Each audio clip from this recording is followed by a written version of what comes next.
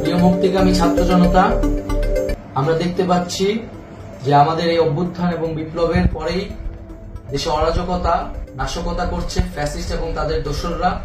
আমরা দেখতে পাচ্ছি যে বিভিন্ন জায়গায় এখন গোলাগুলি চলছে, মন্দিরে হামলা হচ্ছে এবং নাশকতা ও লুটপাট করছে। আমরা মনে করি আমাদের যে ছাত্র নাগরিকদের অভ্যুত্থান তাকে নস্যাৎ করার জন্যই পরিকল্পিতভাবে এই ধরনের ঘটনা ঘটানো হচ্ছে। আমরা মুক্তিকামী ছাত্র জনতাকে সজাগ এবং সতর্ক থাকতে আহ্বান জানাচ্ছি এবং আমাদের যে অন্তর্বর্তীকালীন সরকার, আমরা সেই সরকারের প্রস্তাবনা 24 ঘন্টার সময় নিয়েছিলাম। জরুরি পরিস্থিতি মোতাবেক আমরা এখনই তার একটি রূপরেখা ঘোষণা করছি।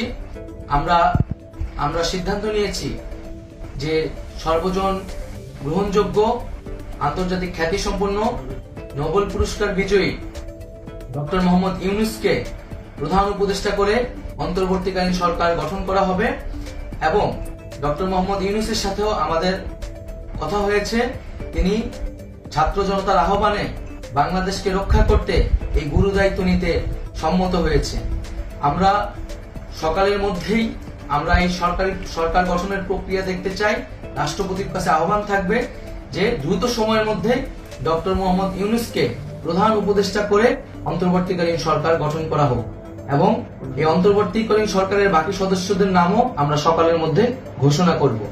প্রিয় বন্ধুগণ, দেশে যে অরাজকতা চলছে, মানুষের জীবনের নিরাপত্তাহীনতা চলছে, সেজন্য আমরা রাষ্ট্রপতির কাছে আহ্বান জানাচ্ছি দেশে আইন শৃঙ্খলা পরিবেশ ফিরিয়ে আনার জন্য দ্রুত সময়ের মধ্যে কার্যকর ব্যবস্থা নিতে হবে এবং আইন শৃঙ্খলা বাহিনীকে সহযোগিতা করার জন্য মুক্তিকামী ছাত্র জনতাও রাজপথে থাকবে এবং অন্তর্বর্তীকালীন সরকার গঠন না হওয়া পর্যন্ত মুক্তিকামী ছাত্র জনতাকে রাজপথে থেকে তাদের যে অভ্যুত্থান, সেই অভ্যুত্থানকে রক্ষা করতে হবে।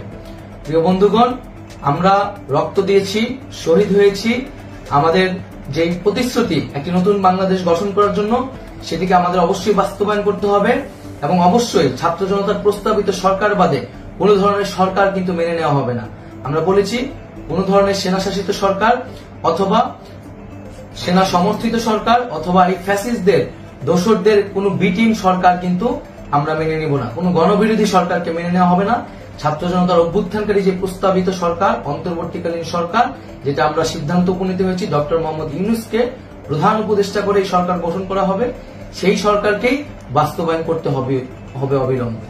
আগামীকাল সকাল থেকে সকলকে আহ্বান জানাচ্ছি রাজপথে থাকার জন্য এবং আমাদের যে সাম্প্রদায়িক সম্প্রীতি এবং রাষ্ট্রীয় সম্পদ রক্ষা কমিটির ঘোষণা হয়েছে বৈষম্যবিরোধী ছাত্র আন্দোলনের নেতৃত্বে, সকল পাড়ায় পাড়ায় এলাকায় এলাকায় সেই কমিটি পাহারায় থাকবে। আমাদের সংখ্যালঘু কমিউনিটিকে আমাদের রক্ষা করতে হবে, রাষ্ট্রীয় সম্পদ এবং এই দেশকে রক্ষা করতে হবে আমাদের।